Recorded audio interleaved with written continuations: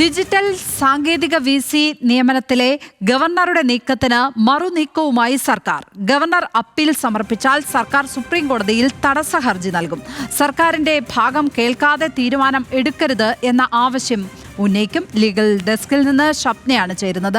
Shapna, governor എപ്പോഴായിരിക്കും supreme കോടതിയിൽ appeal നൽകുക?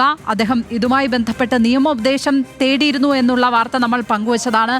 എപ്പോഴായിരിക്കും supreme കോടതിയിലേക്ക് ഗവർണർ ഹർജിയുമായി എത്തുക? സർക്കാരിൻ്റെ തുടർ നീക്കം, തടസ്സ ഹർജി നൽകുക എന്നുള്ളതാണ്. ഇതൊക്കെ എപ്പോഴായിരിക്കും സംഭവിക്കുക സുപ്രീം കോടതിയിൽ?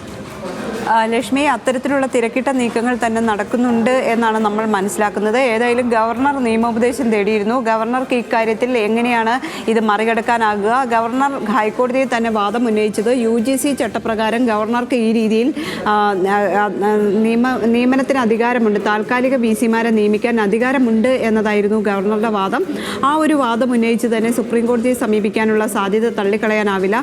ഇപ്പോഴേതായാലും സംസ്ഥാനം തീരുമാനിച്ചിട്ടുള്ളത് ഗവർണർ അത്തരത്തിൽ ഹർജിയുമായി പോയാൽ സംസ്ഥാന സർക്കാരും തടസ്സ ഹർജി നൽകും എന്ന് തന്നെയാണ്. അത്തരമൊരു തീരുമാനം സർക്കാരിൻ്റെ നിയമവൃത്തങ്ങളിൽ തീരുമാനമെടുത്തു കഴിഞ്ഞു. ഏതായാലും തടസ്സ ഹർജി നൽകാൻ തന്നെ സർക്കാർ തീരുമാനിച്ചിട്ടുണ്ട്. കാരണം സർക്കാരിൻ്റെ ഭാഗം കൂടി കേട്ടതിന് ശേഷം മാത്രമേ ഇത്തരത്തിലൊരു കാര്യത്തിൽ തീരുമാനം സുപ്രീം കോടതി എടുക്കാവൂ എന്നതാണ് സർക്കാർ ഉന്നയിക്കുന്നത്. അതോടൊപ്പം തന്നെ 3 അംഗ പാനലിൽ നിന്ന് വേണം നിയമനം നടത്താൻ എന്നാണ് നിയമം. സർവകലാശാല നിയമത്തിൽ അത്തരത്തിലാണ് പറയുന്നത് എന്ന് ഹൈക്കോടതി ഡിവിഷൻ ബെഞ്ച് ചൂണ്ടിക്കാണിച്ചിരുന്നു. ഇതിൻ്റെ അടിസ്ഥാനത്തിൽ സർക്കാർ പെട്ടെന്ന് തന്നെ പാനൽ രൂപീകരിക്കുകയും പാനൽ അംഗങ്ങളുടെ പട്ടിക ഗവർണർക്ക് കൈമാറുകയും ചെയ്തിട്ടുണ്ട്.